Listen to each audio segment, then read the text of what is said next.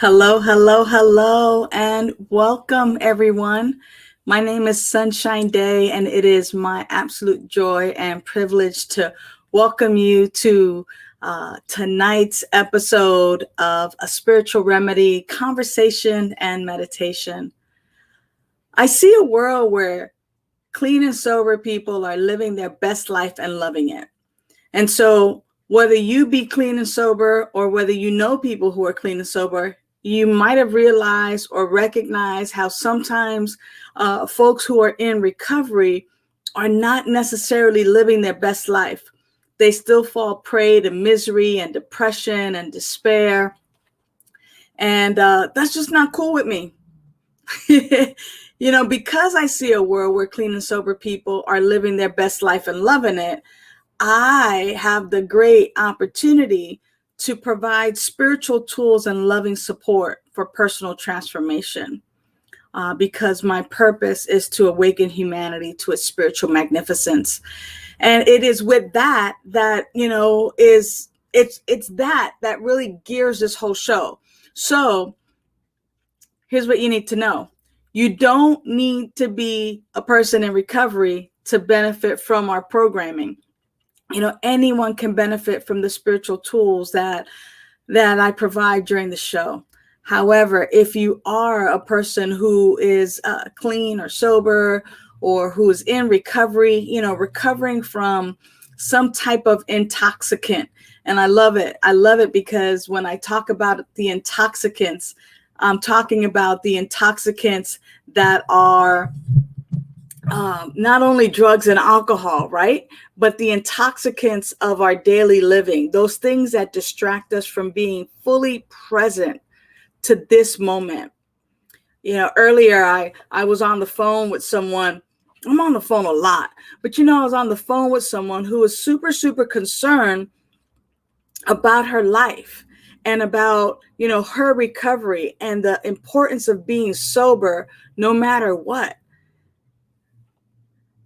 And what she wanted was to find the joy and the bliss in even the struggle of, trying to stay sober, especially during the holidays, especially with some of the challenges of today.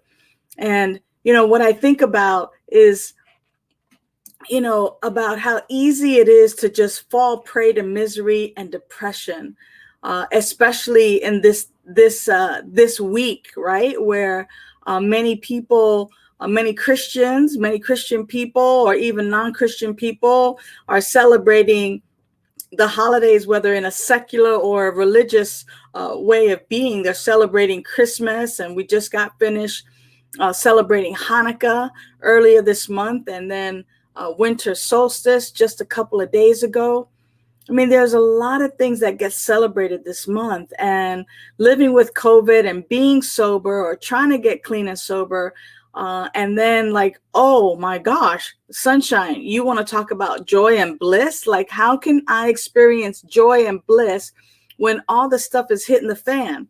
How can I experience bliss and joy when there's not enough food to eat, or I haven't been working, or they shut down my job, or we're quarantining?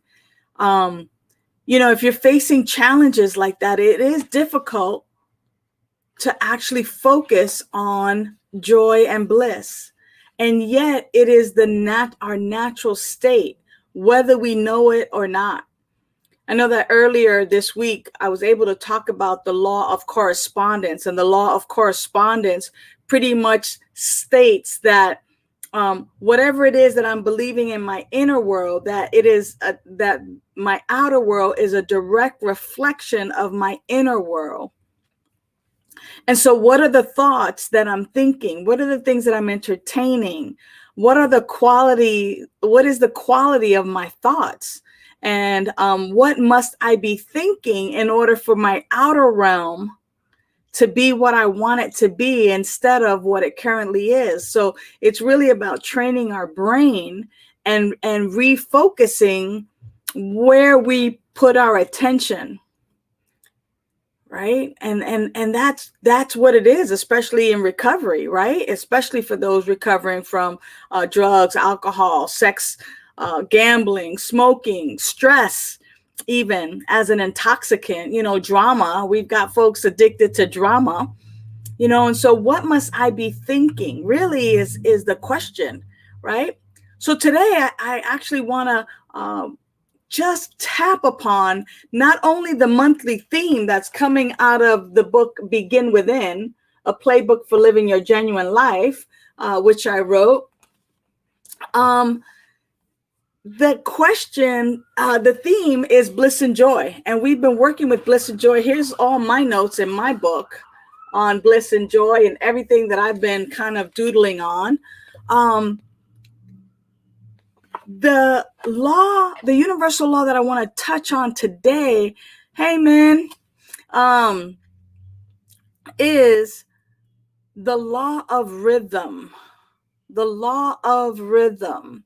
And the law of rhythm states that everything vibrates and moves to certain rhythms. Now, these rhythms are established seasons and cycles. Everything vibrates and moves to certain rhythms. So whether it's an ebb and a flow, whether it is a season, everything moves to a particular vibration and rhythm. The law of rhythm pretty much states that if something swings to the left, that it swings also back to the right. And why is that important? It's important because when we are experiencing recovery, or when we're experiencing bliss and joy, and or when we're experiencing our peak health and wholeness and wellness, what we can count upon is that things will change.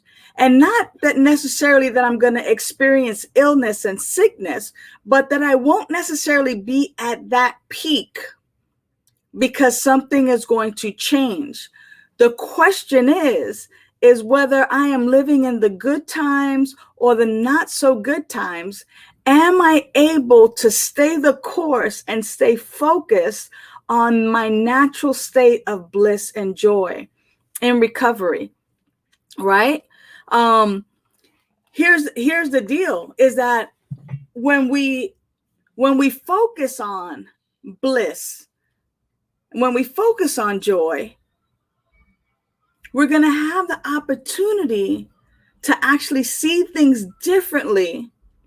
And no matter what's happening on the outside of us, we allow that law of correspondence, which we talked about on Monday, to actually dictate what is happening in my outer realm.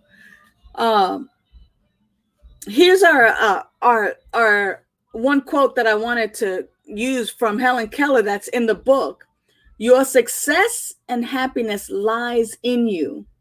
Resolve to keep happy and your joy, and you in your joy, and you shall form an invincible host against difficulties. So here, Helen Keller, in all of the difficulties that she was experiencing, the physical, having to hide, having to actually deny her own living, she said, your success and happiness lies in you. It lies in you.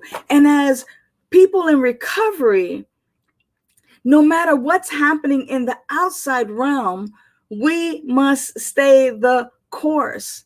That even in the difficult times, we stay sober no matter what. We don't pick up no matter what. That we actually begin to look for the moments of joy and peace and bliss, even in the sense of joy.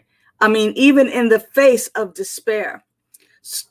So I see one Facebook user is saying, some are, and I used to be drunk on depression or despair. Yeah, right? Like, depression, being drunk on despair or depression, like those are the things. So, right. So the moment I begin to focus on how terrible my life is, those next thoughts are going to support how terrible my life is. And when I recognize and realize that I'm actually drunk, intoxicated, meaning I'm not in my right frame of mind as a result of that,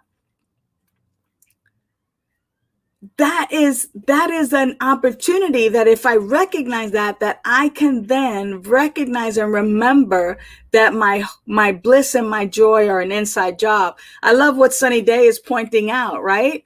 Sunny Daye is pointing out an invincible host within. Sounds like an indwelling presence. And that is exactly it. That is exactly it. So some of the tools, some of the spiritual tools that actually work, especially for people in recovery, is recognizing what Sunny Daye calls an indwelling presence. That there's a power and a presence that surrounds you, but it is also indwelling. It is in you. It is that power and that infinite intelligence that is breathing you in this moment. It is that infinite intelligence that has all of your organs, your functions, your systems moving and going. And that to recognize this invincible host within you, this invincible I am presence within you, like that is the source of your joy and your happiness. That is the source of bliss. And so either we can focus on what's wrong in my life and what's wrong in your life, and we can go on that hamster wheel for a long, long time, or we can simply switch our focus to that invincible host, that indwelling presence. Now, many of us haven't even looked at the indwelling presence. When we talk about, like, let's say alcoholism being a disease of a threefold nature, the mental twist and the physical allergy and the spiritual malady. Spiritual malady means spiritual sickness. And spiritual sickness means that we are focusing on what is wrong. And that's why a spiritual remedy is absolutely necessary. A spiritual remedy is recognizing this indwelling power and presence. And then instead of focusing on what's wrong or how I'm not going to be able to spend the holidays with my family because of this COVID or whatever it is that's happening in our lives right now, even with the sadness of so many people exiting the planet, we can focus on that. And I'm not saying that to look away. What I am saying is that it's important for us to recognize that it is there, be with it, acknowledge it, but also to turn our attention to God, to that indwelling presence, to that power that is right where we are. It's important for us to recognize that that life essence, that breath is the higher power, that breath, that power and presence is right where I am. It's very, very interesting to think that, that God is somewhere outside. But, every major religion will tell you that God is everywhere present. So if that's the truth, then that means that within me is where I can find this power and presence. I just get to be still. I just get to be still. And to recognize that it's right here, that I don't have to go to a mountaintop, that I just need to be still and quiet. And I get to listen to that still small voice. Some people call it intuition, but it's that still small voice. And it is there where I get my direction. And sometimes, especially for people in recovery, we have another voice, right? The thinking, forget that. Or you've been sitting doing nothing for a long time. What's this meditation stuff or whatever? But it's important for you not to bypass. I'm not suggesting that we don't look at people's pain and suffering, but I am suggesting that when we see it, that we acknowledge it, and that we recognize that right where we are, this power and presence is. Michelle Ingalls, hello, beloved. I'm using my book, Begin Within, a playbook for living your genuine life. And it's a book that I'm using each and every month as we begin to focus upon each title and each topic that we're with for a month. And we just kind of unpack it, and we're with it, we explore it, we practice it daily, until we actually have our own language for it. This month, our topic has been on bliss and joy, and especially during these times, for some people, it's super easy to find and connect with their indwelling bliss, their indwelling joy. And for others, it's a little bit difficult, especially for those folks in recovery who are just trying to wow, what is this thing being sober? What is this thing? How is it that I actually find joy in my life when I'm not using drugs or alcohol, or I'm not gambling, or I'm not using drama, when all these intoxicants are removed from our life, that uncovering that indwelling presence of joy is so important. And you're right, Mari. Mari Young says, yes, got to listen to that right voice. Yeah, we have to be quiet enough and still enough to know the difference between the stinking thinking that's just out to quote unquote get us in trouble, if you will, or that indwelling presence that is, I like to call it my GPS, my guidance, my navigation. Because if there were no sacred texts, no Bible, no Quran, no Torah, no Bhagavad Gita, and all of the sacred texts that people all around the world use, if all of those books were gone, how would life speak to us? It would speak to us in a language that we understand. If I'm seeking to recognize this indwelling power and presence, this power and presence that has created everything out of itself, that is joy itself, if I seek that, that's what I'm going to find, right? It's just kind of like when you can't find your car keys and you're looking for your car keys, you look everywhere you can for your car keys, and you don't stop looking. You find other methods to get in your car and get it to go, whether it's a spare key, but you keep looking. And it's the same for us. It's kind of like you may not be able to, in this moment, find bliss and joy, but I guarantee you that it is there. It is your natural state of being. It is your natural state of being. And my cousin Teresa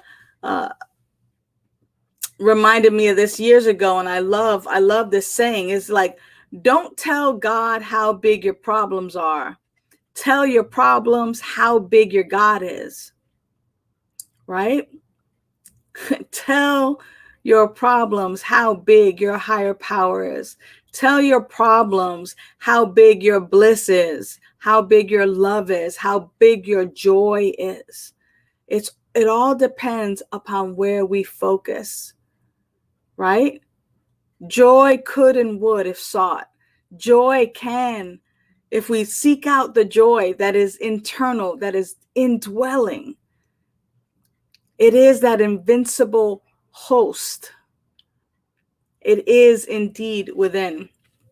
And so in the next few minutes, here's what I'm going to invite you to do. I know someone asked where we can find them. Well, I'm actually giving away copies of my book. I'm giving away 2 copies every night till the end of the year, every Monday and Wednesday, where I host a show. And the way that you get to win is by your interaction. What I can say is that some of you, Janet, yes, you can also find it on Amazon.com. Begin Within, a playbook for living your genuine life, or hit me up on my Facebook page at Official Sunshine Daye, and I'll make sure that we get a copy to you. So here's what we get to do right now, though. We get a chance to not even worry about that and actually practice a tool. Let us practice a tool of recognizing that indwelling bliss and joy. So the invitation is, if you're in a safe place, meaning if you're not driving or operating heavy machinery at this time, and you have an opportunity to simply allow your eyes to close, this is only going to take just a few minutes. So don't even worry about having a lot of time. Less than 5 minutes. Let's explore. Let's explore this. Gently, gently close your eyes. And if you're not comfortable closing your eyes, let them just fall halfway. Or you can cast your gaze upon something inspiring. And notice immediately what you begin to feel, not think, what you begin to feel inside as I just say we're just going to power down for a minute. Now, you might even notice that as we're quote unquote powering down for a moment, that you might hear cars in the background, people talking, the dog might be barking, the baby might be pulling at you. Just notice that it's present. It's present simultaneously with you taking a moment for yourself.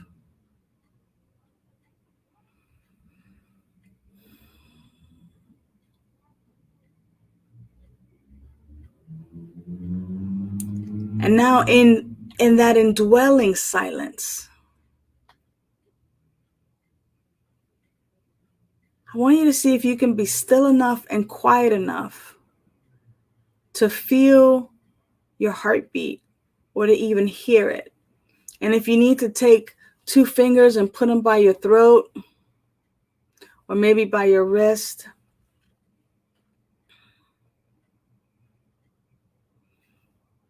just feel the pulse of your heart beating.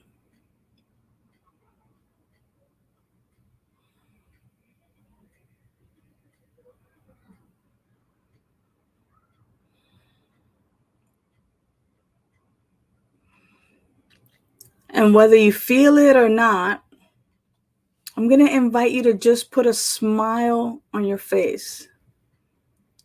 Don't worry about how silly you look. I'm doing it right now.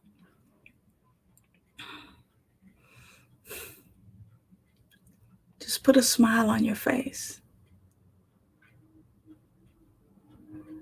It can be fake. It's okay. Just put a smile on your face for just a moment.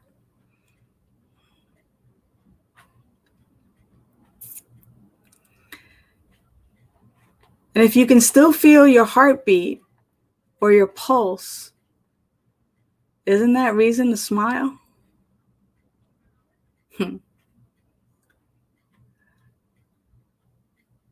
It gives me great joy to feel my heart beating in my chest.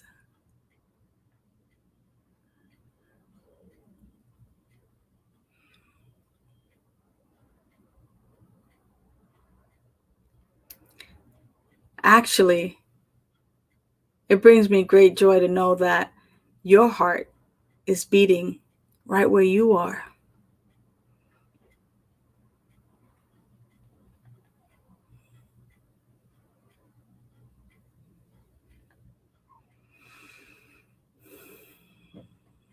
And now I invite you to just take in a nice deep breath through your nose, breathing in joy, peace, wholeness, tranquility, harmony.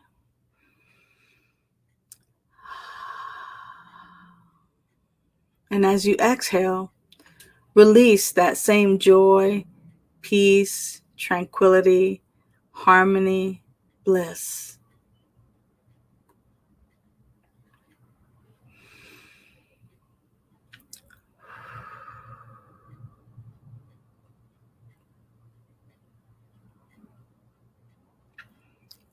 And gently open your eyes if they've been closed. And from that place of quietude, just look around you. Look around at the things that are surrounding you.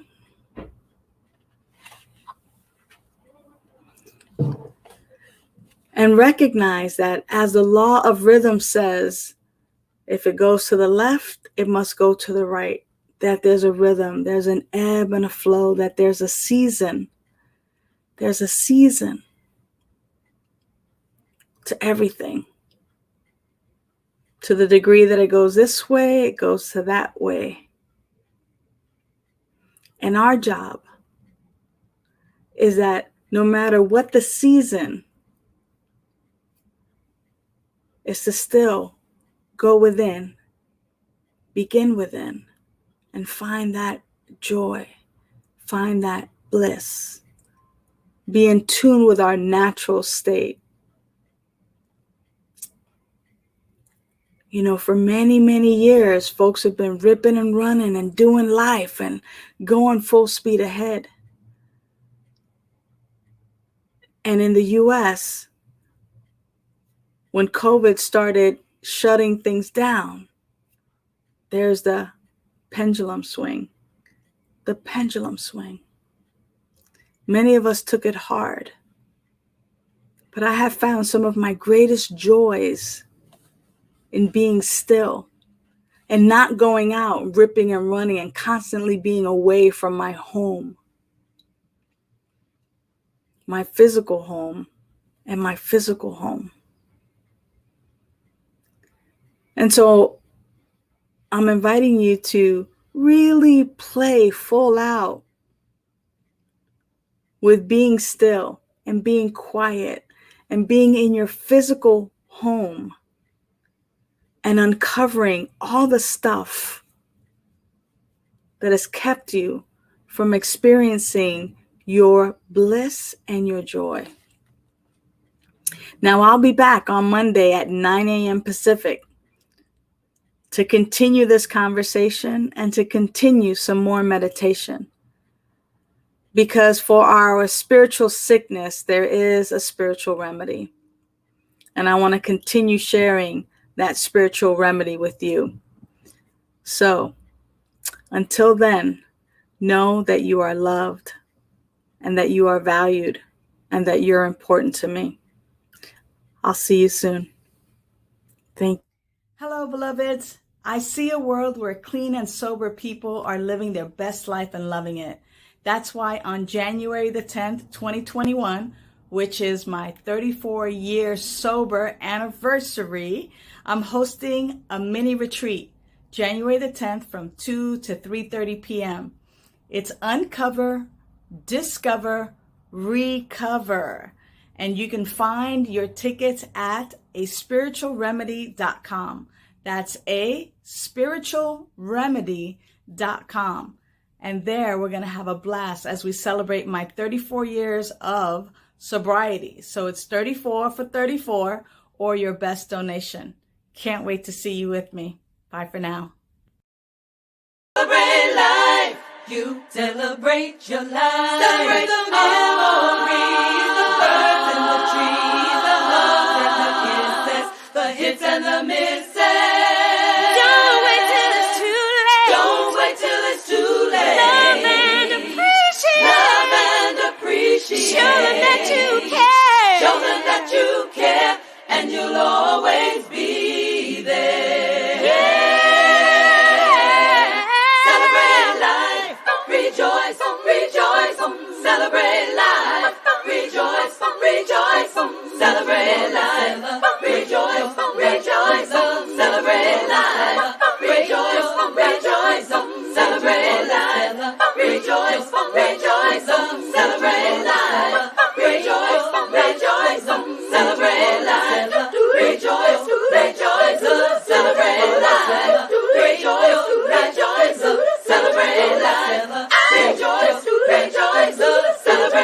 side.